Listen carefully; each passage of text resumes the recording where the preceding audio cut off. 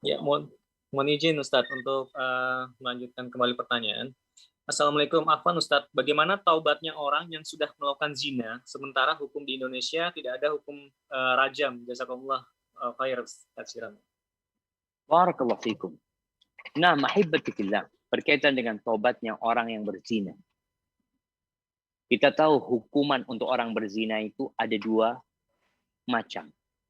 Yang pertama, kalau dia pernah menikah, maka dia dirajam sampai mati.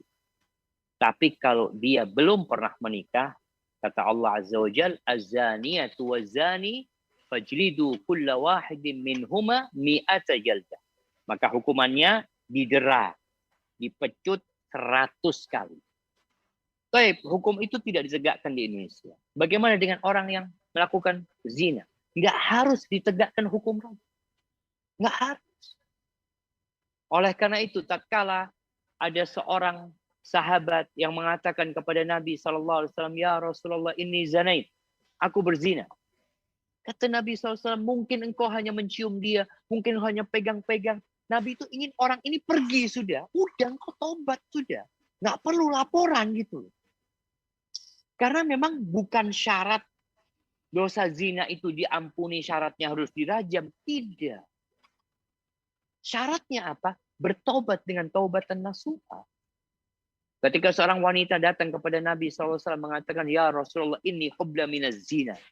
Aku hamil dari perzinaan. Fatahhir. Sucikan aku. Subhanallah. Kemudian Nabi SAW mengatakan, engkau pulang sampai melahirkan.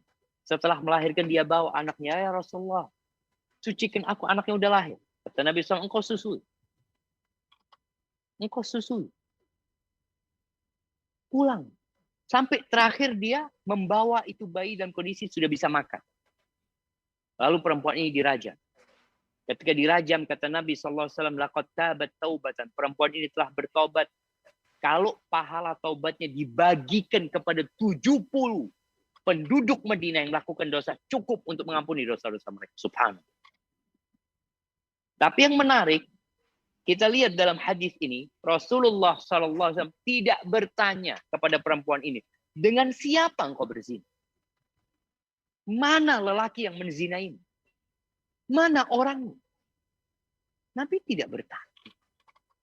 Ini menunjukkan bahwa orang itu tanpa ditegakkan hukum rajam, kalau dia bertobat dengan taubatan nasuha, Allah akan terima taubat. Bahkan Nabi SAW mengatakan idra'ul hudud bisyubuhat.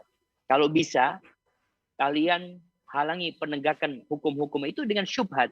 Tadi mungkin engkau tidak melakukan itu, mungkin engkau tidak melakukan hal yang seperti itu, ya. Jadi berusaha agar orang ini, kalau bisa, udah engkau sudah bertobat kepada Allah, nggak perlu engkau laporan gitu.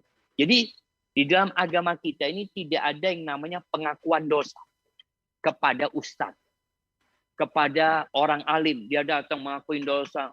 Seperti dalam agama yang lain, dia mengakui dosanya, kemudian ada namanya sukukul ghufran, cek ampunan.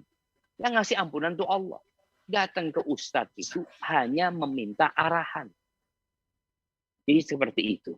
Hadza wallahu a'lam bishawab.